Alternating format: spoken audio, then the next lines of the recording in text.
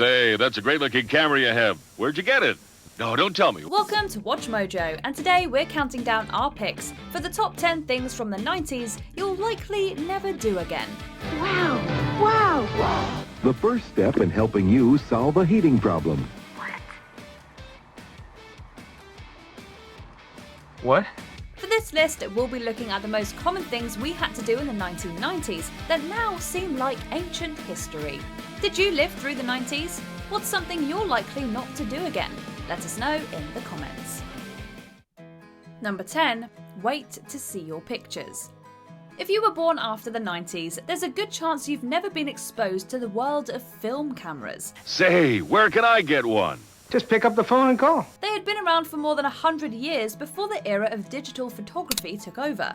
Prior to this new media, photos were captured onto a strip of film and then had to be sent away to be developed. Whether you used a modern 1-hour photo center or sent them away for a few days, you had to wait at least a little while to see how they came out. Even worse, most rolls of film could only hold around 25 pictures or so. But you tended to end up with less because someone was always covering the lens with their thumb. Number 9. Crank the windows down. Although this feature can be found on a handful of modern cars, for the most part it's a thing of the past. Today you push a button and the windows in your car roll up and down effortlessly. Prior to this feature being widely available, riders had to manually crank a small arm on the door to open and close the windows. Roll your window down, start there. So you gotta hear the street, you gotta smell it, you know? You gotta taste that shit, feel it. It was tedious and made even worse in certain weather conditions. Power windows actually hit the market pretty early on in 1941, but it really was only a luxury at the time. It took many years before they became the standard, and now we can't imagine going back. Sorry, man. It's not gonna work. You're not Schwarzenegger. How is that possible? How is that possible? Number 8. Use a payphone. Hello? Good afternoon. Hey, I'm calling to speak where to are you calling from? It was in the 2010s when carrying a phone in your pocket became the mainstream. Not only do most people carry some type of mobile device, but also, more often than not, it's the primary, if not only way people stay connected. Yet, it wasn't that long ago that things were quite different. Really? Yeah. Payphones were physical booths with corded telephones that a person could put change into to make a single local call. They were found in malls, gas stations, restaurants, and virtually anywhere you might need to make a phone call from. Most payphones have since been retired, and the ghosts of those left behind are considered relics of an era long gone by. Kind of poetic when you think about it. Hi, time's up. 58 seconds. Right. Number 7. Use a floppy disk. How we store information for our electronic devices have come a long way. It's hard to imagine the likes of cassette tapes or punch cards being used to store computer data. Floppy disks were invented as a portable storage medium to hold electronic information. They contained a magnetic circular disc that would spin while a device read from and wrote data onto it. They were the most popular way to transfer data from one computer to another for many years, eventually replaced by CDs, DVDs, USB sticks, and hard drives. Floppy disks have only managed to survive as the save icon in your Word document. Guess we're all a little nostalgic, huh? Number 6. Use a phone book. Wood's not cheap. There's oil. Carry is the fireplace. How about steam? You gotta have insulation. I know electric. Hold it. Sorry. Hold it. The first step is the yellow pages. Do you know the difference between the yellow and white pages? If you were born in the smartphone age, probably not. Every year, homes would get a copy of these delivered to their doorstep. If you needed someone's landline number, you'd open the white pages and look it up.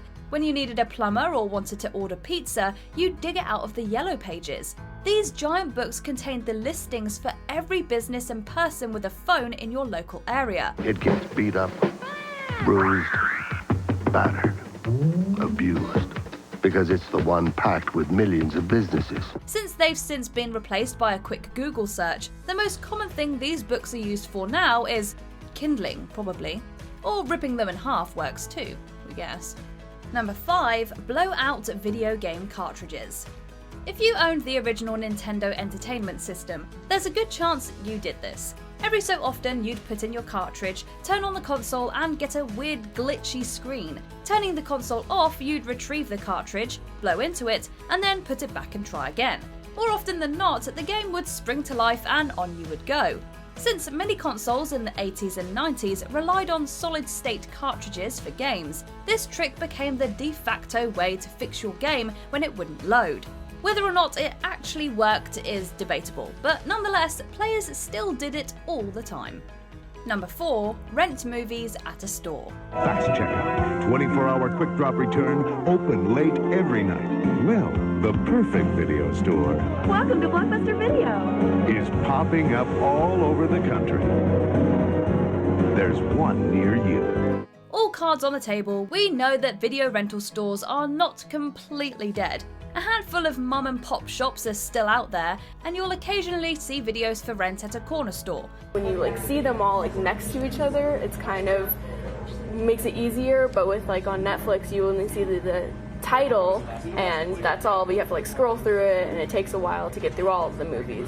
Across the board, however, the world has moved on to streaming services for on-demand movies. When Netflix introduced the idea of subscription-based DVD rentals towards the end of the 1990s, it signaled the end of an era. No longer did you have to leave your house to rent a movie, and about a decade later, they pivoted to streaming and the world never looked back. Sorry Blockbuster, but we don't miss your late fees. Wow. Wow.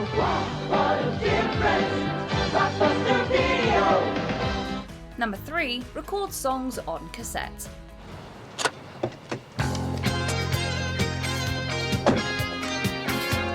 Much like our previous entry, the world of music faced a massive change in the 1990s as well. At one time, music fans would listen to their favourite songs on the radio and scramble to record them on a cassette tape when they came on. Then along came Napster and MP3s, and the world changed forever. With the introduction of digital music, the landscape completely shifted. It was on college campuses with high-speed internet that Napster really took off in the fall of '99. So, how many MP3s do you have on your computer? About 600. Maybe 100 or something. 6,000 or 7,000. No one was recording songs off the radio or making mixtapes anymore. Instead, services like iTunes and Spotify let us hear any song we wanted, for a small fee, of course. At least we don't have to hear the announcer's voice at the start or end of our favourite tunes anymore. Seriously, sometimes they spoke right through it. Number 2. Use dial-up internet. In 1997, using a 56k baud modem, it would have taken you roughly 10 minutes to download a single 4MB MP3 music file. Although that may seem ridiculously slow compared to what we have now, the internet was also a different place. During the days of dial-up internet, the web didn't really exist, and most people used the internet to simply browse message boards and surf through gopher sites, which were essentially just text-based web pages. On your mark, get set. We're riding on the internet, cyberspace, set free. Hello, virtual reality. Users of dial-up internet will tell tales of slow load times and that terrible screeching noise of the phone connecting to a provider. Guys, you couldn't use the phone and internet at the same time. The 90s really were a wild time. Before we reveal our top pick, here's an honourable mention. Run back to the TV after commercials. It was kind of like a game of cat and mouse to see whether you'd make it back in time.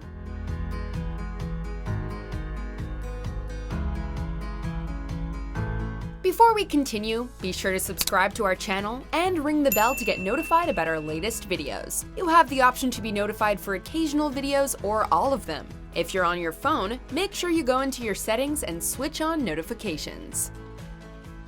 Number 1. Be kind, please rewind. VHS, and in the early years, Betamax, were magnetic tapes put into VCRs, short for video cassette recorders. Audiences would rent a movie in the form of a VHS tape, play it on their VCR, and when the movie was done, they would rewind it for the next person. Much like cassettes, VHS tapes were a magnetic medium and ran sequentially from start to finish. If you wanted to go back to an earlier point in the film, you had to physically rewind the tape. Movie rental stores would always have signs and stickers reminding people to rewind their tapes before returning them. Not only was it annoying, but so was the constant nagging reminder to do so too. No one misses that part of the 90s. Do you agree with our picks? Check out this other recent clip from WatchMojo, and be sure to subscribe and ring the bell to be notified about our latest videos.